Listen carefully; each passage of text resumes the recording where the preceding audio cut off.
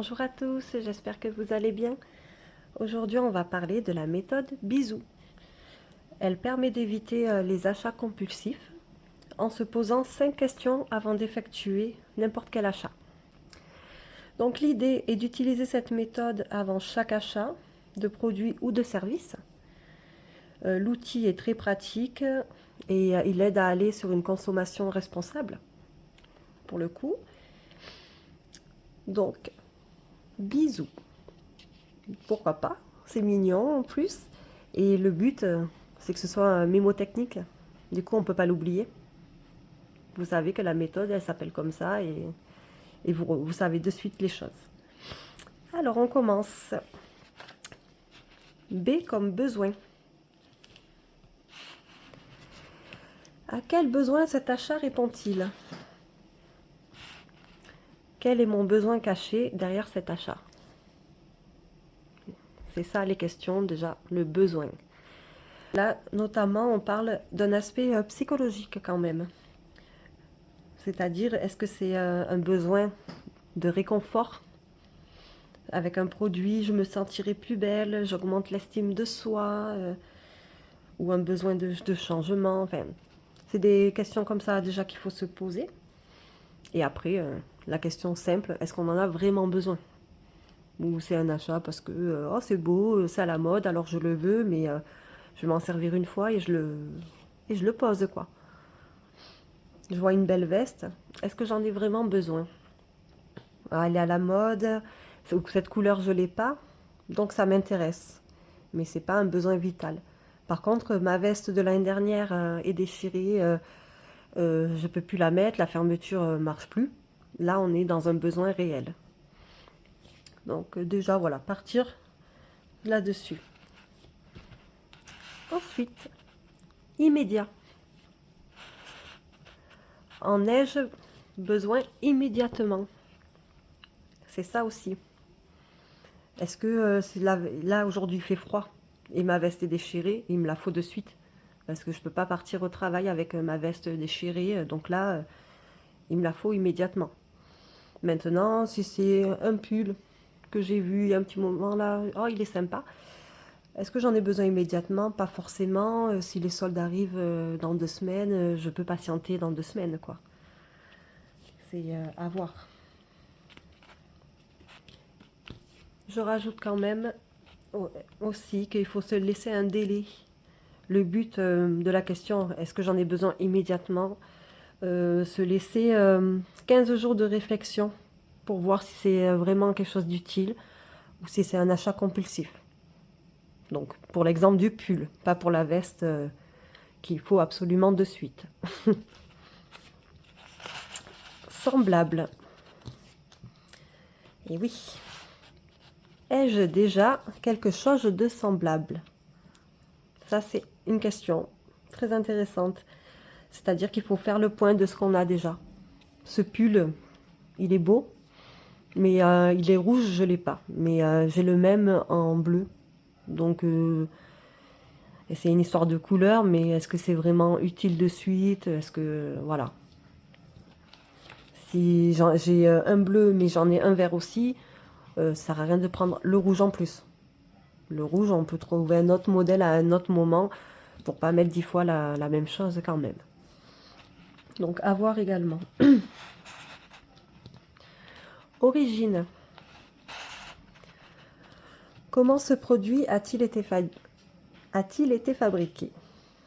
Comment ce produit a été fabriqué? Voilà, c'est pareil. Et oui, ça c'est une question quand même assez importante aussi. Qui l'a fabriqué? Dans quelles conditions? Est-ce que je valide et je donne mon approbation en donnant mon argent? Je sais qu'il a été fabriqué de cette manière-là, ou que par des enfants notamment, que la teinture, elle est très toxique, d'où les émissions que j'ai pu voir en Inde par exemple, que ça pollue et les gens de la ville en fait sont malades, notamment les enfants parce qu'ils laissent faire les enfants la teinture. En achetant, est-ce que je valide du coup cette manière de fabrication? Donc c'est vrai qu'essayer toujours d'en savoir un peu plus là-dessus maintenant qu'on sait. Avant, on savait pas, ou on faisait peut-être un peu semblant, je sais pas. Maintenant, on sait les choses. Quand ça vient de tel endroit, c'est fait de telle manière. Donc, si on n'achète pas, ils pourront plus faire travailler les enfants, hein, quelque part. Donc, pensez à ça. Et du coup, y a-t-il une alternative? Est-ce que ce pull, je peux le trouver de Made in France ou des choses comme ça?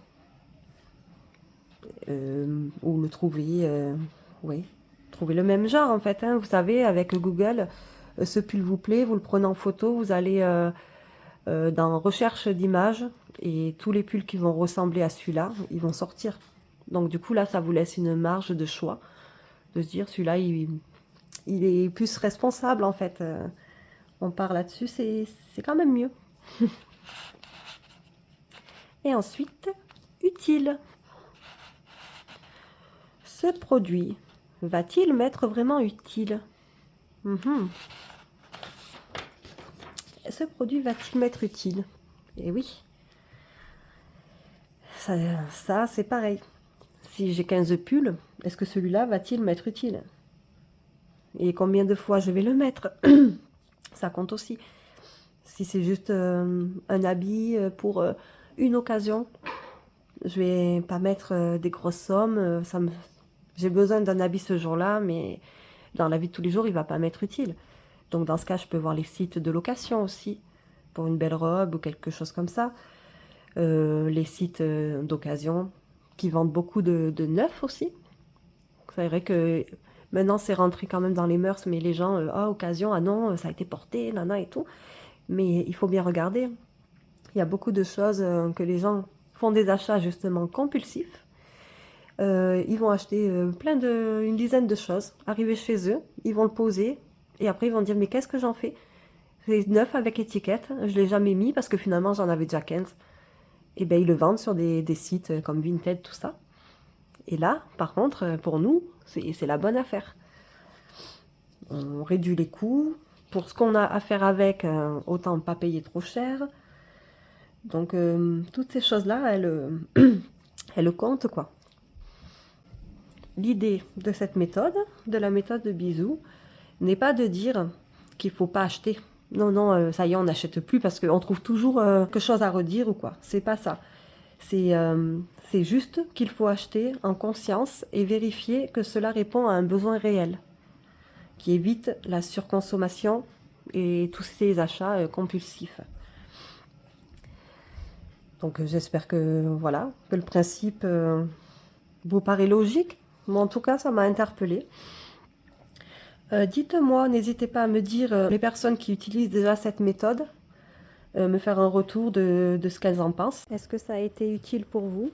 Et les personnes qui vont décider de l'essayer, n'hésitez pas également à dire ce que vous en pensez. On se retrouve très vite, prenez soin de vous, à bientôt!